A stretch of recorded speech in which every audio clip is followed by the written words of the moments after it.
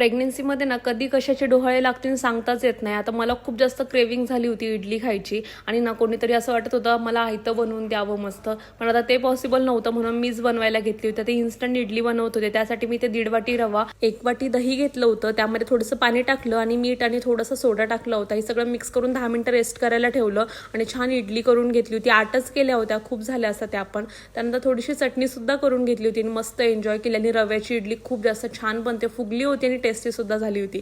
त्यानंतर आम्ही बाहेर गेलो होतो कारण माझ्या एका फ्रेंडचा बर्थडे होता. छान बर्थडे केला तिचा, सेलिब्रेशन वगैरे केलं. केक कटिंग झाल्यानंतर ना मस्त आम्ही खाण्यावर तुटून पडलो होतो आणि खूप दिवसानंतर मला चीज वगैरे खाऊन देत होते. मस्त मी पोट भरून मस्त सगळं खाऊन घेतलं आणि त्यानंतर आम्ही गेलो होतो शॉपिंग करायला. अचानक प्लॅन झाला होता आणि मला तिला सुद्धा बर्थडे गर्लला सुद्धा गिफ्ट घ्यायचं होतं. मग तिला एक गिफ्ट घेतलं आणि इथे आले आणि माझ्यासाठी काही घेणार नाही असं होणारच नाही. मी मस्त ना प्रेग्नन्सीमध्ये मला लूज कॉर्ड सेट वगैरे बघत होते. त्यानंतर फायनली मला एक कोणता तरी कॉर्ड सेट आवडलाय, हा जो मी घातलाय तोच मी घेतला. नसा होता माझा आजचा दिवस. Bye bye.